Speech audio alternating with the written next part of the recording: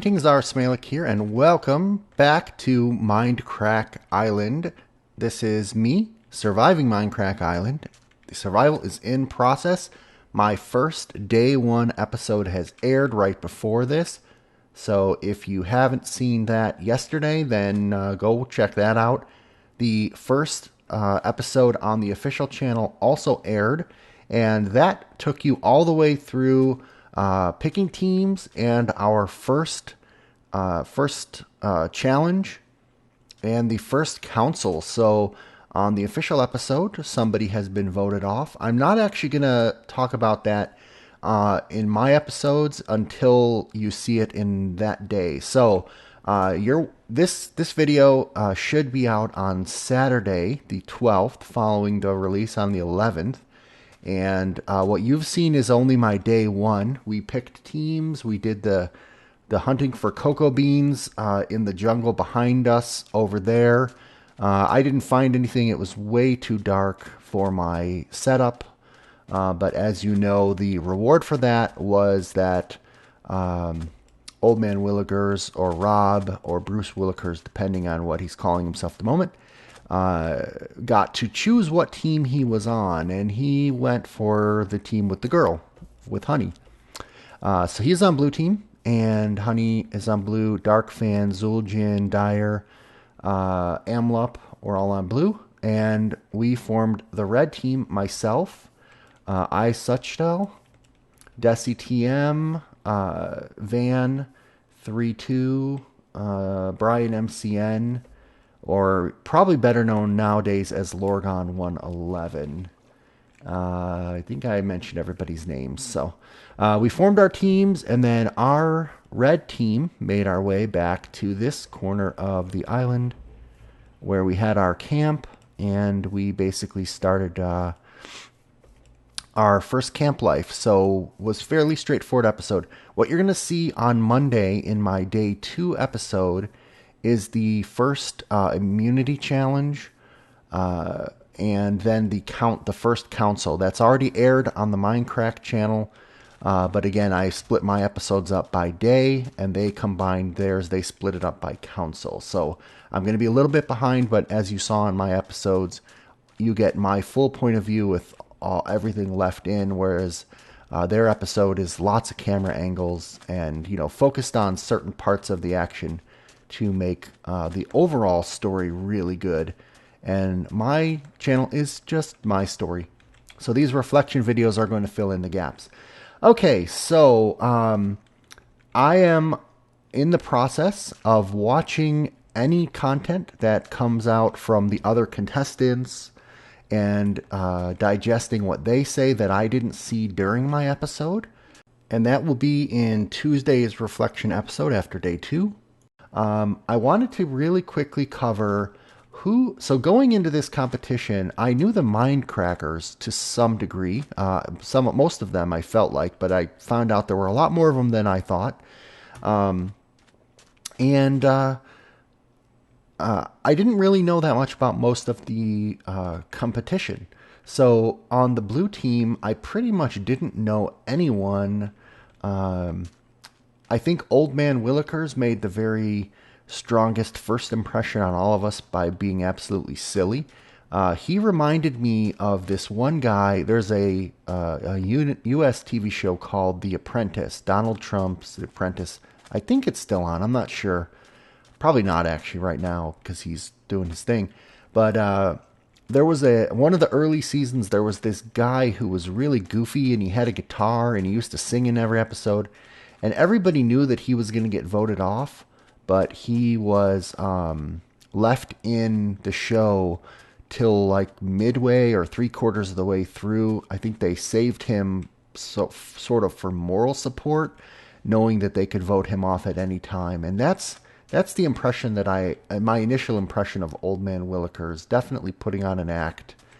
And after we recorded Surviving Mindcrack Island, Old Man Willikers started showing up in a lot of Mindcrack videos because he was very instrumental in Play Mindcrack server and a lot of the mini games they had on there at the time.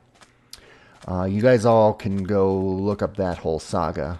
That really has nothing to do with this competition at all.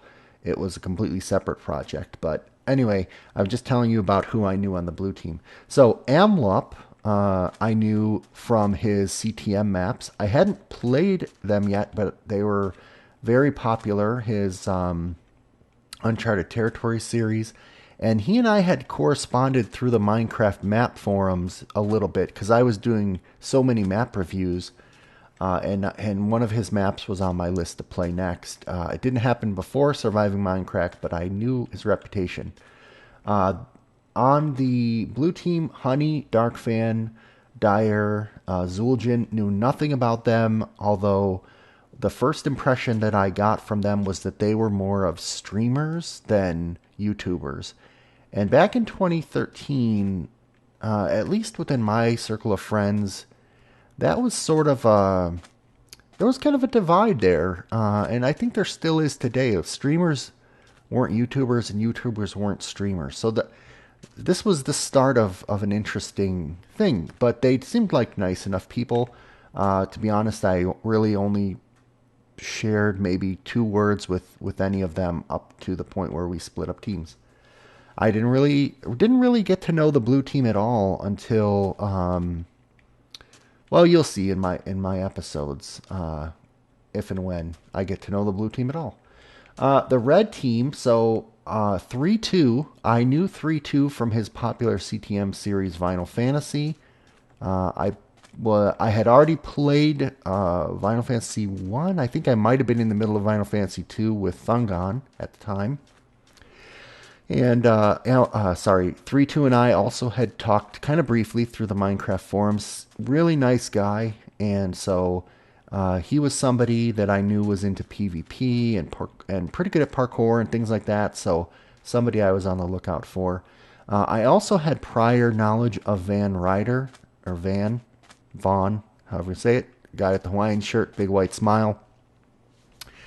Vaughn had, right before Surviving Minecraft, had started appearing on Mindcrack, on Good's channels, their friends in real life or something, and had been starting to appear on, like, I think he was on a UHC and some other stuff.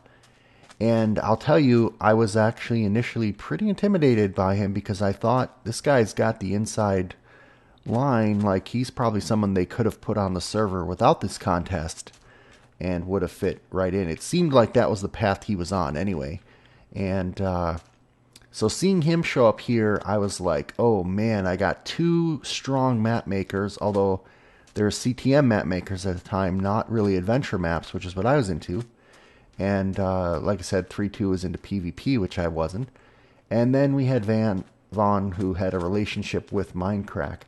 The rest of the folks on my team, Desi, Lorgon 111, and Suchel, I had no clue who they were. I knew that Lorgon looked like Bob the Builder, and Desi looked like a guy in a hoodie, and Suchel was wearing a Santa Claus sweater. And I was the only person, by the way. I'm not wearing it now, but I actually created a custom skin for myself for this competition. It's the Mindcrack sort of cracked brain logo, and it wrapped around the sides of my my character. So the lightning bolt or the crack is on the front, and then the brain curves around to the side. So you have to kind of really look at it to see it. But you'll see me wearing that skin in the official episodes. And no one else did anything like special. As far as I know, they were just all wearing their normal skins. So that was interesting to me. So that's what I knew about the characters before and going into day one. The whole time I was playing, I tried to keep a mental sort of a checklist of who is the most dangerous to me, who is the most helpful to me, who I would vote off, who do I need to rally against, etc.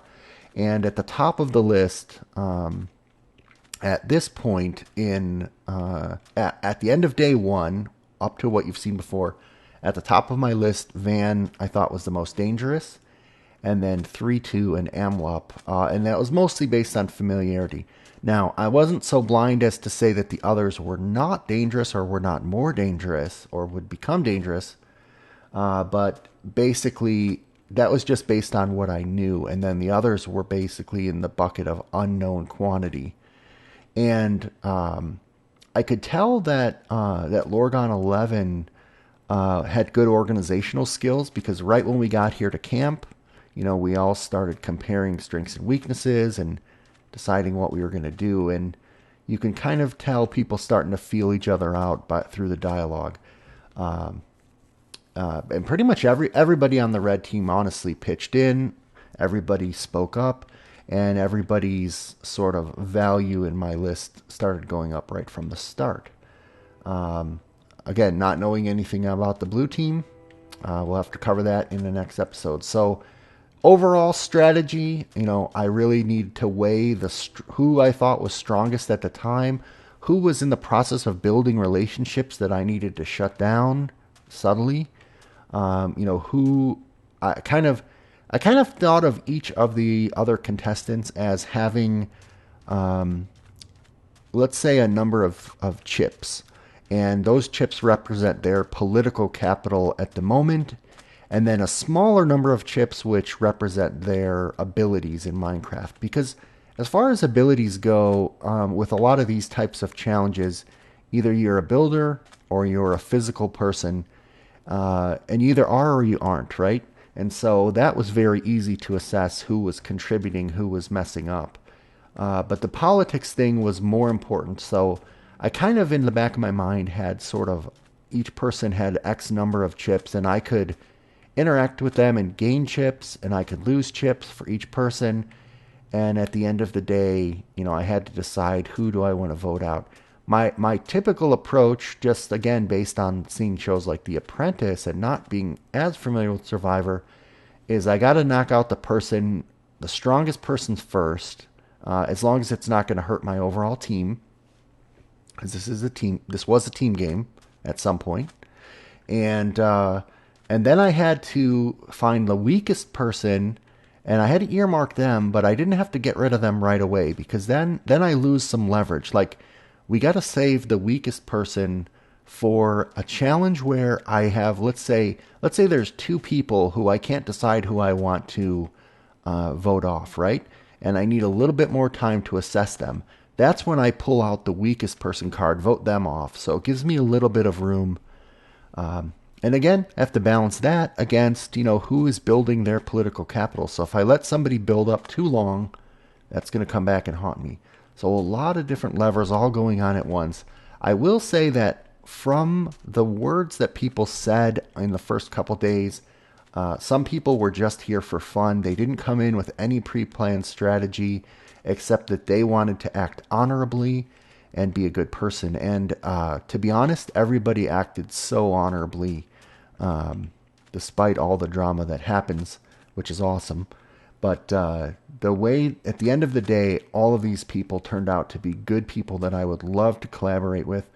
I do regret the 2.5 year wait because not only did whoever's going to win have to kind of wait to get their ultimate reward, but we all had to wait because we couldn't really collaborate with each other for fear of spoiling and breaking our NDAs. So I'm so eager to have that weight off my back, and I can tell you that within the contestants and within the Mindcrack team over the last 2 to 3 weeks in March of 2016 and end of February actually, we've had some really great discussions. This has reignited some of our friendships, which I'm very proud to have been part of. And so that's a long reflection, to be honest, but this is what happens when you're first kicking things off. They're going to get quicker. My day 2 video will be out, as I said, on Monday, and that's going to show you our immunity challenge and the results of the council vote, which you've already seen in the Mindcrack video yesterday on Friday.